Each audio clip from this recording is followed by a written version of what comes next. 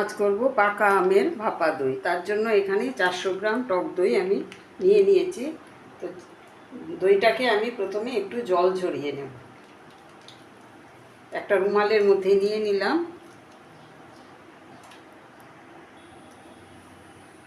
তো রুমালটাকে আমি এরকমভাবে বেঁধে নেব, দিয়ে আমি টক দইটা থেকে জলটা ভালো করে ঝরিয়ে নেব।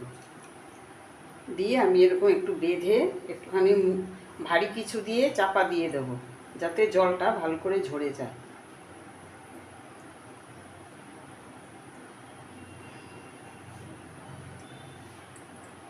দিয়ে 30 মিনিটের মতন রেখে দিলেই জলটা একদম ঝরে যাবে।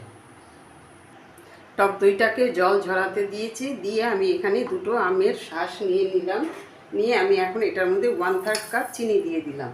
দিয়ে আমি এটার একটা মিহি পেস্ট তৈরি করে নেব। তো দইটা জলটা ঝরিয়ে নিলাম।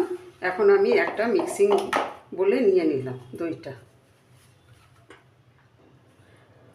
জল ঝরানো টক দইটার মধ্যে আমের পাল্পটা নিয়ে নিলাম।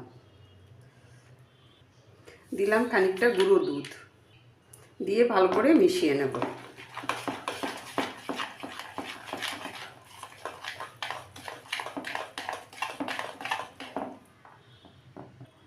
সমস্ত উপকরণ মিশিয়ে নিলাম। এখন দিলাম খানিকটা কনডেন্স মিল্ক। কনডেন্স মিল্কের টেস্টটা ভালো আসবে। তো কনডেন্স মিল্কটা দিয়ে আরও একটু ভালো করে মিশিয়ে নেব।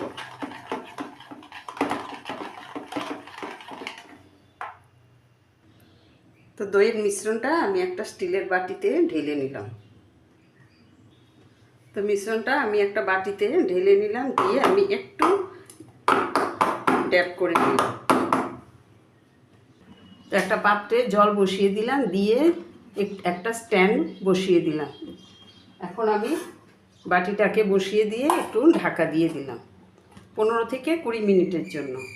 আর এই অবস্থায় গ্যাসের ফ্লেমটাকে আমি লোতেই রেখেছি। ফিরে আসছি আমি 20 মিনিট পরে। তো আম দই ভাপিয়ে নিয়ে 2 ঘন্টার জন্য ফ্রিজে রেখে ঠান্ডা করে নিয়েছি। দইটা কত সুন্দর বসেছে, কি সুন্দর কেটে আসছে। তো আজ এই পর্যন্তই। আপনাদের সাথে আবার নেক্সট কোনো রেসিপি নিয়ে কথা হবে। সবাই ভালো থাকবেন, সুস্থ থাকবেন।